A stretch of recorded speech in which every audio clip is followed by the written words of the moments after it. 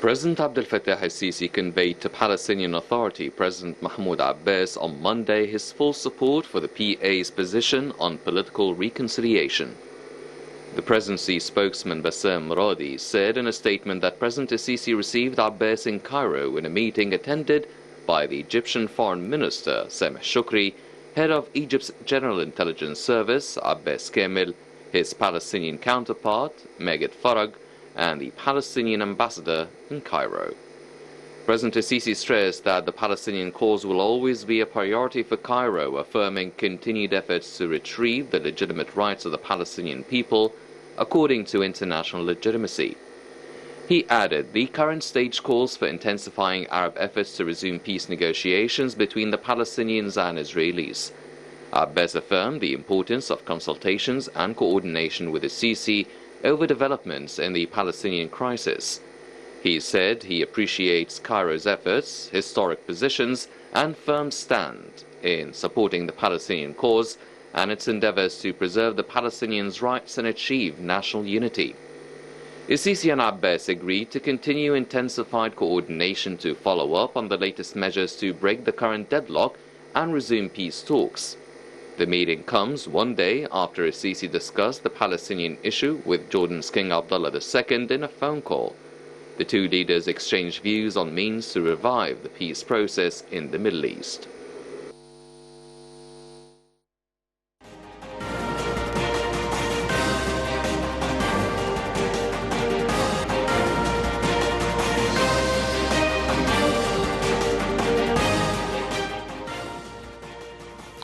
Right, welcome back, and we are joined over the phone by Ambassador Mohamed Hegazy, former Assistant Foreign Minister, to shed light on this important meeting that took place between President Abdel Fattah el-Sisi and Palestinian President Mahmoud Abbas. Good evening to you, Ambassador Hegazy. Hello? Hello? Yes, good evening to you, Ambassador ما Hegazy. في صوت مش سامع ما في صوت Can you hear me? الو انا Hello? مش سامع حاجه يا جماعه. Yes, we are on air, Ambassador Hegazy. Can Hi, you hear how are me? you, Mona? Sorry, the voice is coming very weak. Can you lower your voice a bit?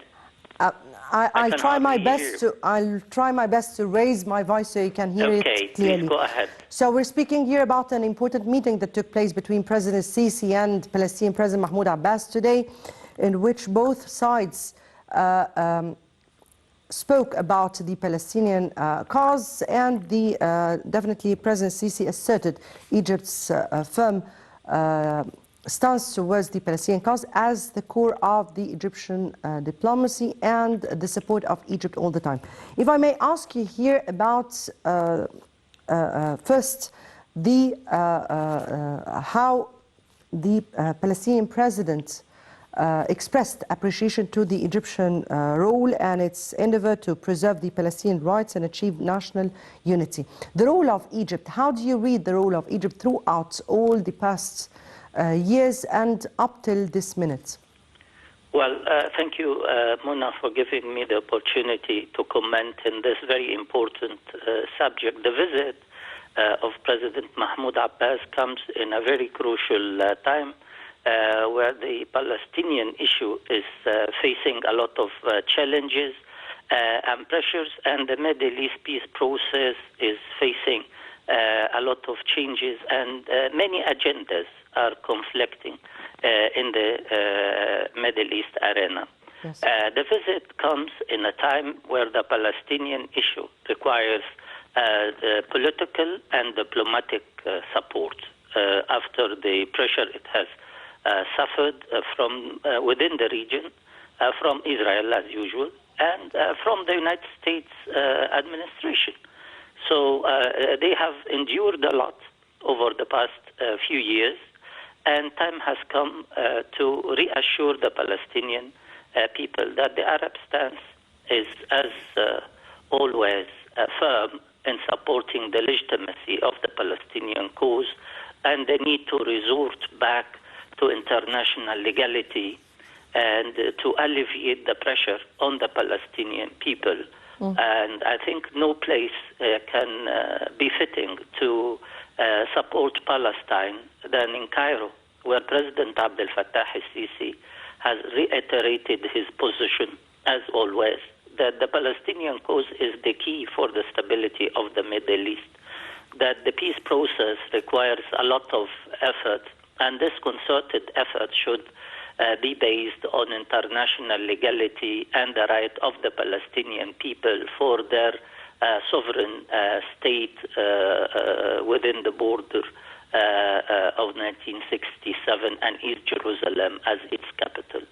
This position requires also to motivate the international community towards new ideas, towards much more support to the Palestinian, to UNRWA, to all the areas where the Palestinian people were affected by certain policies from the current American administration. And of course, with the new coming administration with President Biden and the Democrats, we hope that the peace process will move the Palestinian cause further and the Middle East at large to certain tranquility and ending the conflict that has lasted for many years. The development in the Middle East has shown that the cordial relation and the stability in the Middle East can happen only through a peaceful drive,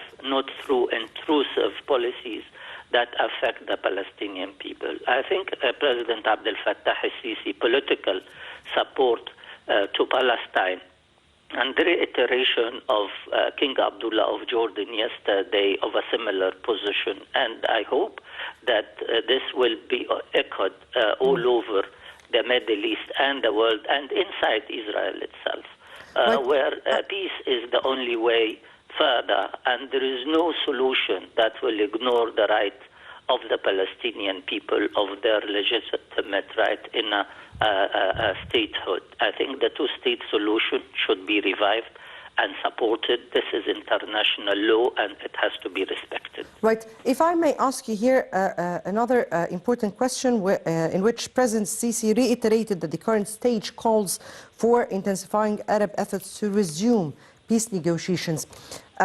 I guess that President Fattah al-Sisi, when he spoke about that, he was speaking about the given circumstances that allow a return to negotiations, to peace negotiations. I think this is How do you view that? Solution, returning back to the negotiation, assuring adherence to international legality, and a peace process that is observed by international community to reach a certain goal in a given time. It cannot be another round of the ongoing negotiation that has brought us to where we are now, a situation which is not solved and a conflict that is lasting for many decades. Injustice cannot be forever. Right. Ambassador Mohamed Hegazy, former Assistant Foreign Minister, thank you so much for being with us and definitely for your input as usual. We now move to our second segment, and Minister of Planning and Economic Development Hala Said has been named the best minister in the Arab world by Vice President and Prime Minister of the United Arab Emirates and ruler of Dubai, Sheikh Mohammed bin Rashid Al Maktoum, who also announced the winners of the Arab Government Excellence Awards. I guess before we move to this very particular segment, I myself am so proud because this is the second announcement in the same year of a prominent figure in the Egyptian government to take a prominent, not just award, but awards and recognition and world recognition. And I guess that that was preceded by our minister this year or at the beginning of this year, who was appointed to the UNESCO. We'll be speaking about that and more in our episode. Before we start with our next segment, let's first have this quick report. And Dr. Hala Said selected as best minister in the Arab world.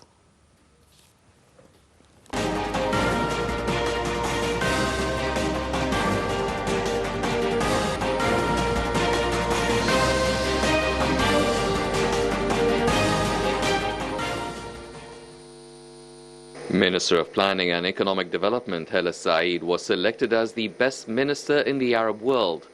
Sheikh Mohamed bin Rashid Al Maktoum, Vice President and Prime Minister of the UAE and ruler of Dubai, announced the winners of the Arab Government Excellence Award, which aims to recognize leading Arab ministers and ministries for their outstanding work in advancing governance and administrative practice in the region. Launching the awards last year in May, Sheikh Mohammed said that the Arab League can play a major developmental role for the region. The Arab Government Excellence Award aims to create a new development movement in the Arab world. He added that a country that adopts advanced administrative systems will gain a sustainable, fast-paced development journey leading to further prosperity, strength and growth. Said was selected as chairperson of the newly established the Sovereign Fund of Egypt, in addition to her appointment as Minister of Planning in 2017. Said plays the main role in setting the features of Egypt's 2030 vision, in addition to managing the country's digital transformation, as the state is working to develop a comprehensive plan for reform and governance of its administrative apparatus to raise the efficiency of institutions and create a business environment supporting the role of the private sector and attractive for domestic and foreign investment. The Arab Government Excellence Award is divided into 15 categories, divided into two main categories, individuals and institutions, where the individual awards include the categories of the Best Arab Minister, the Best Arab Governor, the Best General Director of an Arab body and institution, the Best Municipality Director in Arab cities. The prizes that Egypt won included the Best Arab Minister, Dr. Hegazy, Minister of Planning and Economic Development, the Best Infrastructure Development Project, the Bin Ben Solar Energy Project, and the Best Arab Governor, Major General Adil Ghadban, Governor of Bursaid, and the Best Arab Government Employee, Noha Ahmed Al Sayed.